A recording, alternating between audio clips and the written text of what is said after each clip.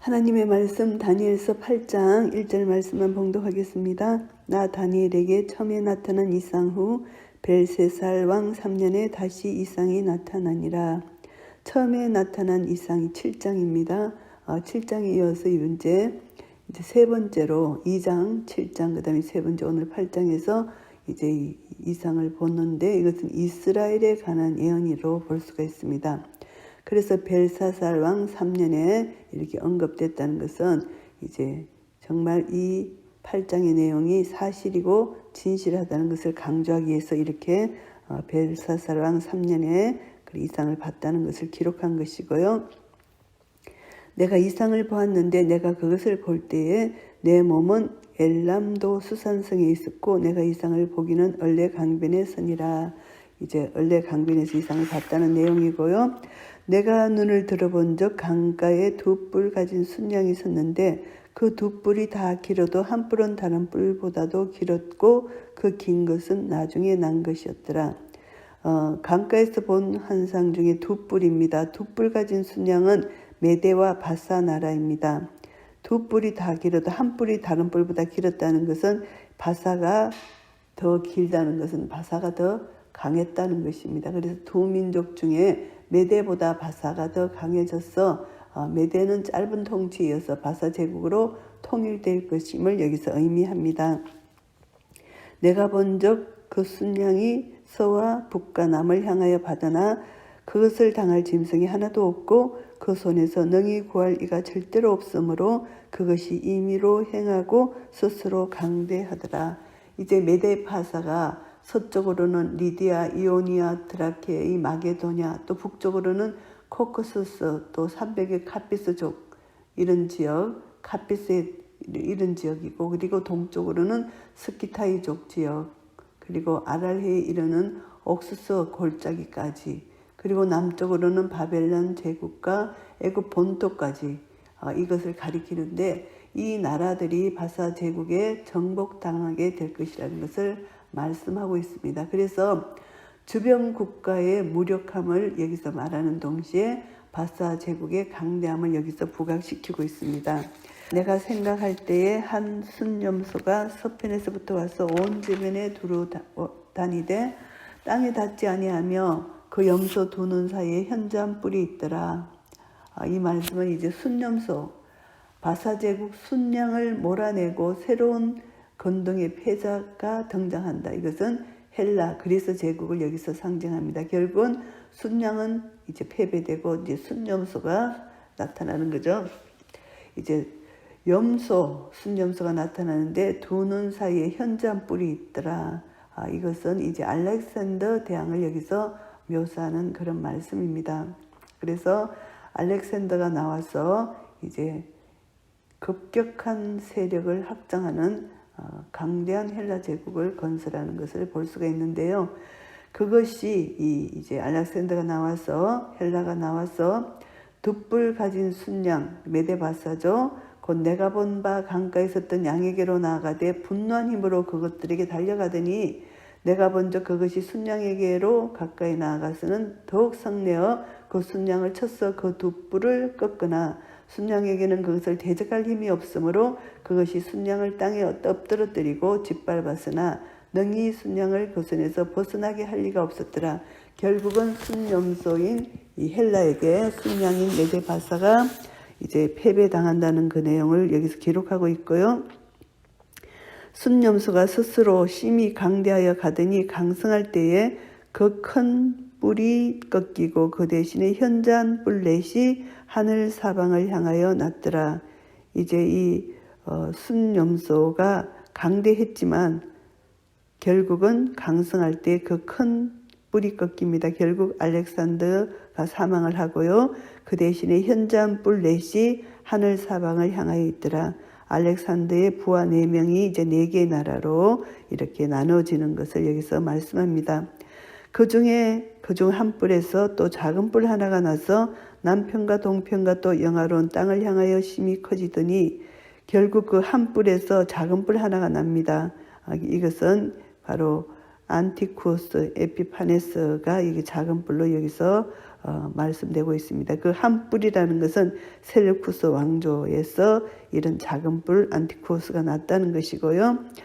그래서 남편과 동편과 영화로운 땅을 향하여 심히 커진다. 남편, 동편 이것이 이제 정복을 하는데 현저한 뿔이 이제 나와서 정복을 하는데 여기서 이제 남편은 애굽을 향한 그런 남쪽 지방이고 그다음에 동편은 구바빌론 영토 그것을 여기서 말하고 있습니다. 그리고 영화로운 땅은 예루살렘 성전이 속한 이스라엘 땅을 여기서 이렇게 표현하고 있습니다. 그것이 하늘 군대에 미칠 만큼 커져서 그 군대와 별 중에 몇철 땅에 떨어뜨리고 그것을 짓밟고 이 안티쿠스가 이제 강하게 되어서 하늘 군대에 미칠 만큼 이것은 결국은 하나님의 백성들을 이제 핍박할 만큼 이 세력이 커졌다는 것입니다. 그래서 여호와 신앙을 지켰던 이런 자들에게 이제 유대인들에게 이 핍박을 하는데 이제 하늘 군대 유대인 중에서 특별히 안티쿠스를 박해로 숨긴 자들이라고 이해할 수가 있습니다. 그래서 이것이 커져서 이제 그들을 핍박하고 죽이는 것입니다. 그 군대와 별 중에 몇을 땅에 떨어뜨리고 그것을 짓밟았다. 결국은 이들을 죽이고 멸망시키는 일에 가담했다는 것입니다. 또 스스로 높아져서 군대의 주제를 대적하며 그에게 매일 드리는 제사를 제하여 버렸고 그의 성소를 헐었으며 또 스스로 높아져서 교만해서 이 안티오쿠스가 이제 유대인들을 박해하고 또 군대의 주제를 대적했다. 이스라엘 백성들의 주가 되시는 하나님을 대적했다는 것입니다. 자신을 신격화해서 하나님과 동일시하는 안티쿠스의 극단적인 교만을 여기서 말씀하고 있습니다. 매일 드리는 제사, 하나님께 매일 아침과 저녁 정규적으로 제사를 드리는 번제입니다. 그것을 못하게 했다는 것입니다. 하나님과의 지속적인 교제, 온전한 헌신을 상징하는 이 제사를 폐지한 것은 여호와의 신앙을 말살하려는 악의적인 의도라고 볼 수가 있습니다. 그래서 성전을 헐었다. 이것이 성전을 완전히 헐었다기보다 그 성소에다가 제우스 신상을 세워놓고 제물을 드리게 하고 하나님의 성소를 더럽힌 아주 악랄한 죄를 지었습니다. 그래서 하나님 경외하는 신앙을 말살시키려는 그런 유대인들에게 우상 숭배를 강압적으로 조장하는 그런 일을 했다는 것입니다. 그래서 이가 이스라엘 성소를 더럽힌 죄악으로 말미암아 결국은 죽임을 당하는 것이죠. 범죄함을 인하여 백성과 매일 드리는 제사가 그것에게 붙임바 되었고 또 그것이 또 진리를 땅에 던지며 자의로 행하여 형통하였더라. 진리를 땅에 던진다. 이 악한 세력이 나 외에 다른 신을 두지 말라. 아무 형상이든지 만들지 말라 하는 십계명을 완전히 범하고 자기를 섬기라고 우상을 만들어 센 것. 이것은 정말 하나님을 완전히 모욕하고 대적하는 그런 행위라는 거죠. 이것이 범죄하는 행위라는 것입니다. 내가 들은즉 거룩한 자가 말하더니 다른 거룩한 자가 그 말하는 자에게 묻되 이상에 나타난 바 매일 드리는 제사와 망하게 하는 죄악에 대한 일과 성소와 백성이 내어준 바 되며 짓밟힐 일이 어느 때까지 이를꼬 하며 이제 천사들이 서로 대화하는 내용입니다. 이것이 어느 때까지 일어날 것이냐 이렇게 천사들이 대화합니다. 이제 이게 거룩한 천사들의 대화 형식으로 이렇게 묘사되어 있는데요. 그가 내게 이르되 2300주야까지니 그때의 성소가 정결하게 함을 입으리라 하였느니라. 2300일 주야로 이것은 2300일을 이제 주야니까 이제 하루로 따지면 아침 저녁을 하루로 친다면은 반을 나누면 1150일이 됩니다. 1150일 365일로 나누게 되면은 이제 여기서 3년 반 조금 모자라는 그런 날짜가 나옵니다. 그래서 이 3년 반 기간, 거의 3년 반 기간 동안 이 악한 세력이 적그리스도라고 상징할 수 있는, 우리가 생각할 수 있는 이 악한 세력이 안티쿠스가 역사적으로 이스라엘 백성들을 이렇게 괴롭힌 그런 환상을 이 다니엘이 보게 된 것입니다.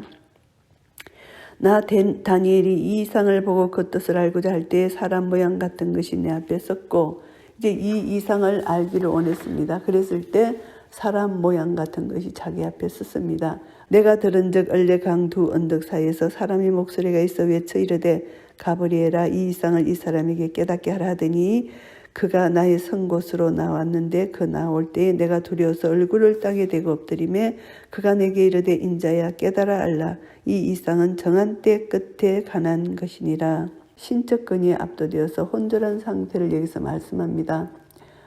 그래서 혼절했을 때 19절 가로되 진노하시는 때가 마친 후에 될 일을 내가 네게 알게 하리니 이 이상은 정한 때 끝에 관한 일임이니라. 이제 가브리엘 천사가 다니엘에게 알게 하는데 어떤 내용이냐 하면은 이제 하나님의 심판이 일어날 것이다.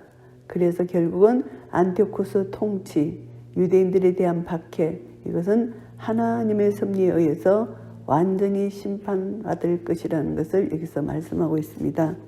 내가 본 바 두 뿔 가진 순양은 곧 메데아 바사 왕들이요 털이 많은 순념소는 곧 헬라 왕이요 두 눈 사이에 있는 큰 뿔은 곧 그 첫째 왕이요 이 뿔이 꺾이고 그 대신에 네 뿔이 났은즉 이 나라 가운데서 네 나라가 일어나되 그 건세만 못하리라. 이 말씀 조금 전에 해석한 것처럼 이 순양은 두 뿔 가진 순양은 메데 바사고 순념소는 헬라 왕이고 큰 뿔은 첫째 왕 알렉산더고 그리고 그 뿔이 꺾이고 네 뿔이 난 건 네 나라, 네 장군이 네 나라를 이제 이어받은 것이고 이제 그 건세 받은 한 왕, 이것은 안티오쿠스 에피파네스라는 거 여기서 설명하고 있고요. 그 건세의 한왕, 이 안티오쿠스의 이 한왕이 나왔는데 그 건세가 강할 것이나 자기의 힘으로 말미암은 것이 아니며 그가 장차 비상하게 파괴를 행하고 자의로 행하여 형통하며 강한 자들과 거룩한 백성을 멸하리라. 결국은 하나님의 주권하에서 하나님의 통치하에서 하나님이 그냥 허락하신 것이죠. 이것이 자기 힘으로 말미암은 것이 아니다. 결국은 사탄이 권세를 받았지만 하나님께서 이스라엘 쟁벌을 위한 도구로 서시기 위해서 하나님의 섭리로 잠시 허락하신 것뿐입니다. 그래서 자기 힘으로 말미암은 것이 아니다. 이렇게 말씀한 것이고요. 그가 꾀를 베풀어 제 손으로 계율을 이루고 마음에 스스로 컨체하며 또 평화한 때에 많은 무리를 멸하며 또 스스로 만왕의 왕을 대적할 것이나 그가 사람의 손을 말미암지 않고 깨어지리라. 이가 악한 세력, 이 한 왕이 나와서 안티오쿠스의 유대인 박해를 묘사한 부분입니다. 얼마나 유대인들을 이렇게 핍박했는지 모든 종교, 문화, 제도, 말살 정책을 시도했고 그래서 유대인들이 반발이 있었습니다. 그리고 또 성전 번제단에 이방신 제우스를 위한 단을 만들었고 돼지고기를 올려놓은 거죠.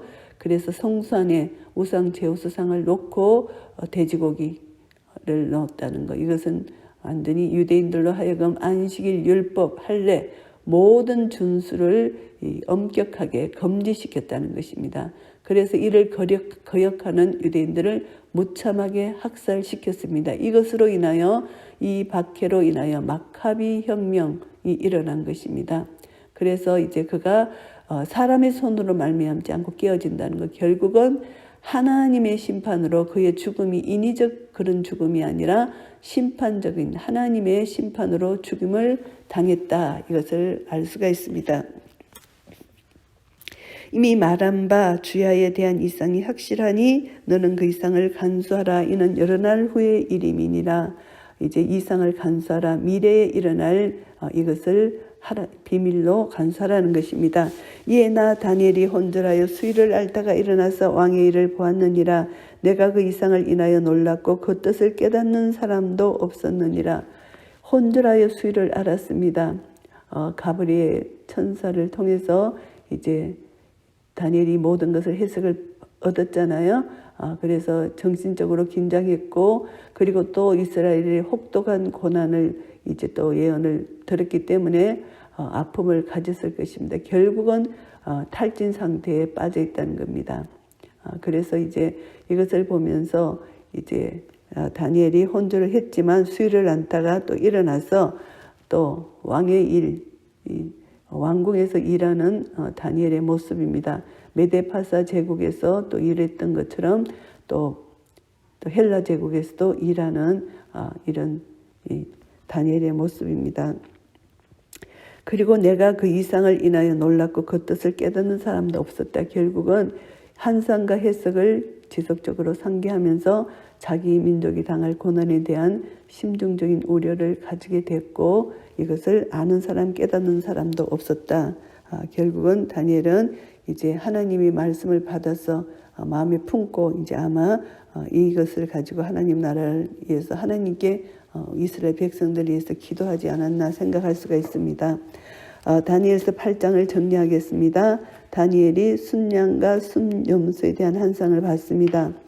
2장에서 환상을 본 것은 이 세상 나라와 하나님 나라의 갈등이 어떻게 끝날 것인가 이런 사실을 계시하고 있었습니다. 그런데 7장의 환상을 통해서 이 세상 나라가 누구에 의해 심판을 받은 것인가 집중적으로 묘사했다면은 이제 2장이 심판의 목적을 밝힌 장이라면은 7장은 심판의 주체를 묘사하는 장이라고 할 수 있고 그 다음에 2장에서 세상 세력 금신상을 계시했다면은 7장에서는 내 짐승을 계시함으로써 그 짐승의 잔인함, 포악성 이것을 계시한 것으로 봅니다. 그런데 오늘 8장에서 보면은 세상 세력을 순양, 순념소로 묘사함으로써 제국의 운명, 하나님의 백성들에게 임할 가혹한 핍박, 시련을 구체적으로 계시하고 있는 것이 오늘 8장의 말씀입니다.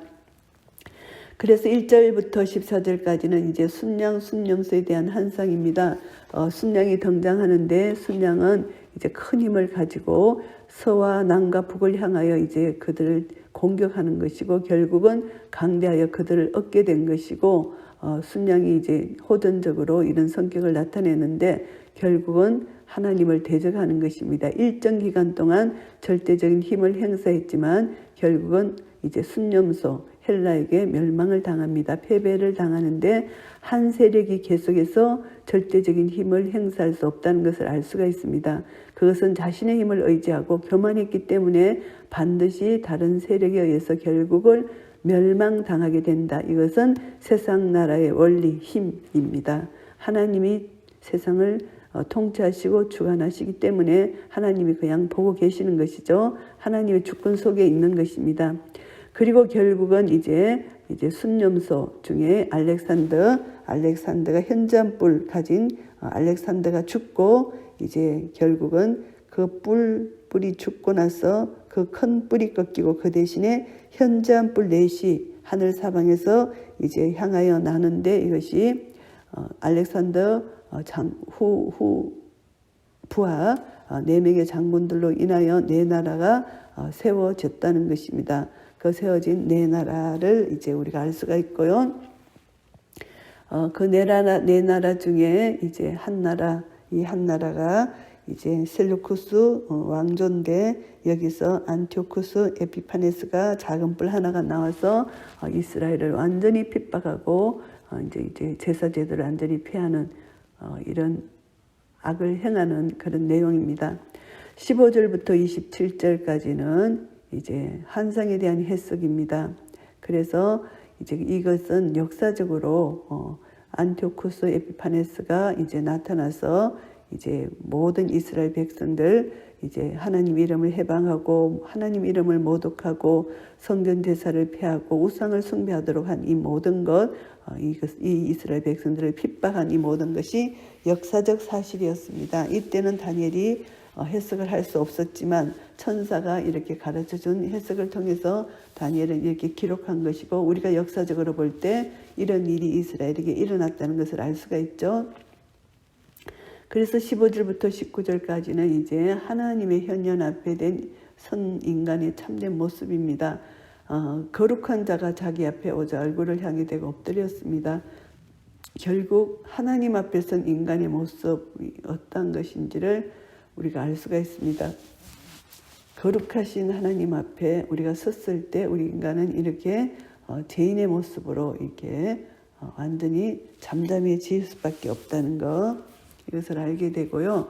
하나님 앞에 선 이 교만한 이 안티오쿠스, 결국은 죽임을 당할 수밖에 없다는 것, 이것을 알게 되고요.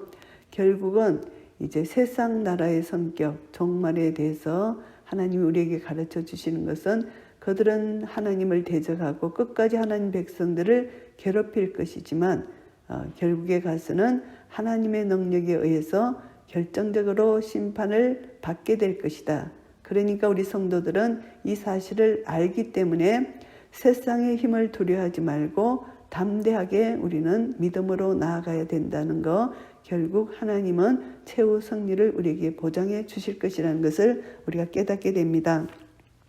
이 말씀 가운데 우리는 이제 이 작은 뿔, 이제 셀루쿠스 왕조의 한 사람인 안티오쿠스 에피파네스가 이제 작은 뿔 역할을 한 이것이 이스라엘 역사적 사실이었고, 이것을 또 우리가 또 한 시대가 흐르고 또 흐르고 계속 또 이어지는 것으로 볼 때 언젠가 세상 끝날 적그리스도가 나타나서 예수 그리스도를 믿는 자들을 이렇게 핍박할 수가 있다는 이런 것으로 우리가 또 볼 수가 있습니다. 그래서 우리는 이 말씀을 교훈 삼아서 작은 뿔이 이스라엘 민족을 핍박한 것처럼 언젠가 또 적그리스도가 나타나서 하나님의 백성들을 이렇게 핍박할지라도 우리는 끝까지 믿음으로 하나님 앞에 바로 세워져서 믿음을 지키며 최후 승리 얻기까지 그 믿음을 지킬 때 하나님은 우리 편에 서셔서 예수 그리스도의 이기신 이김이 우리의 것임을 선포하며 우리에게 주시는 승리를 날마다 안겨주시고 승리를 누리게 하시고 영원토록 영생 복락 누리는 천국에서 하나님과 영원토록 함께 살 수 있는 그런 은혜를 주실 것입니다. 이런 은혜가 우리 모두에게 있으시기를 예수 그리스도 이름으로 축복합니다. 아멘.